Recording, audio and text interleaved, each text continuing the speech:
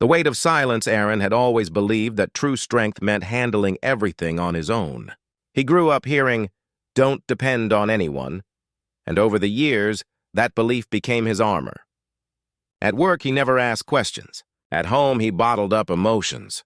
Whenever someone offered to help, he'd smile politely and say, "I'm fine." But inside, he was drowning. Each night, he sat alone in his apartment, staring at the ceiling, wondering why life felt so heavy. The pressure to perform, to always appear strong, to never admit weakness, it was eating him alive.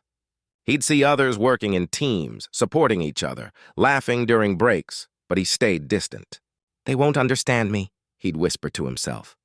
The truth was, Aaron was scared of judgment, rejection, and the thought that maybe no one would care if he did open up. One evening, as he sat surrounded by piles of unfinished work, his mind felt like a storm. Thoughts crashed into each other. He hadn't eaten properly in days. His body ached, but he ignored it. His phone buzzed, his friend's name flashed on the screen, but he didn't answer. He didn't want anyone to see his weakness. Yet, as the night grew darker, the loneliness became unbearable. For the first time, Aaron realized that silence wasn't strength. It was slowly destroying him. He whispered softly into the emptiness, "Maybe I can't do this alone anymore."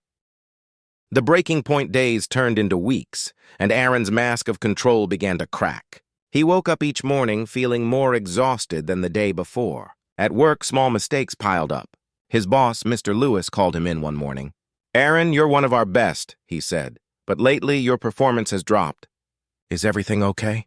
Aaron wanted to tell him the truth, that he was overwhelmed, anxious, and barely holding it together, but fear froze his words. "I'm fine," he replied with a forced smile. Mr. Lewis nodded but looked unconvinced. As Aaron left the office, his heart sank. The pressure was unbearable now, like carrying a mountain on his shoulders.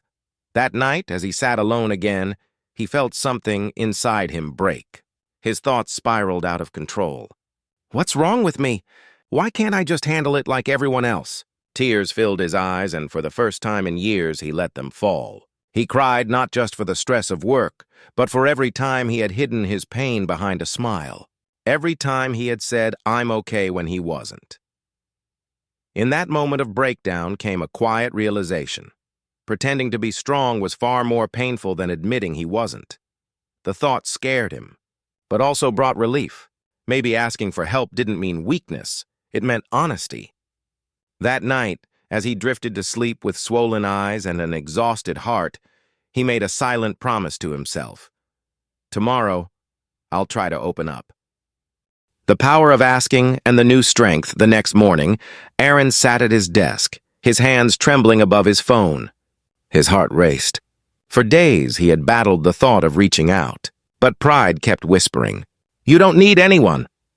Yet deep inside, another voice pleaded, "You can't keep doing this alone." Finally, he took a deep breath and typed, "Hey Maya, can we talk? I think I need help with the new project."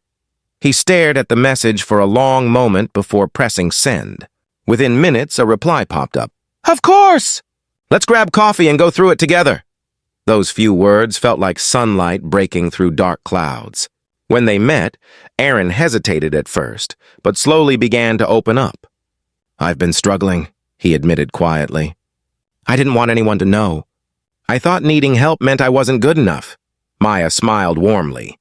"You know, Aaron, everyone needs help sometimes.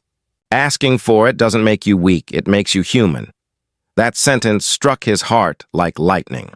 Over the next few weeks, they worked side by side. Maya guided him patiently, showing him new approaches and reminding him to take breaks. She encouraged him to speak during meetings and to share his ideas. For the first time in a long while, Aaron didn't feel like he was drowning.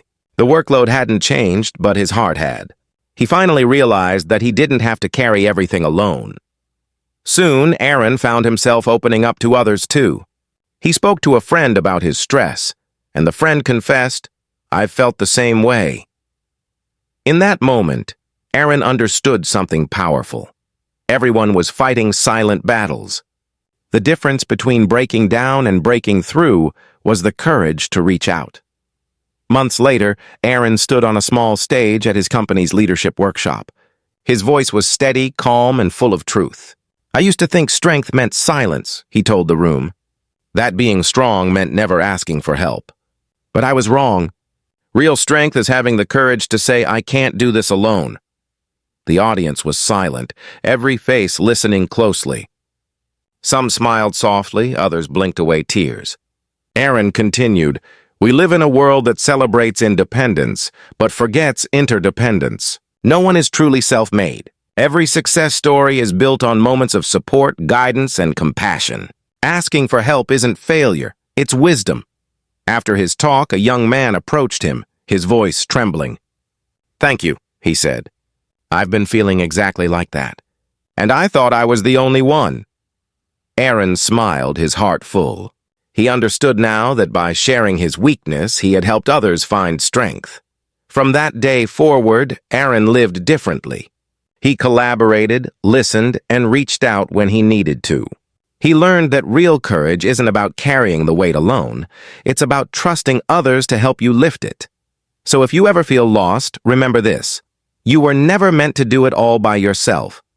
Asking for help doesn't make you weaker. It makes you stronger, wiser, and more human.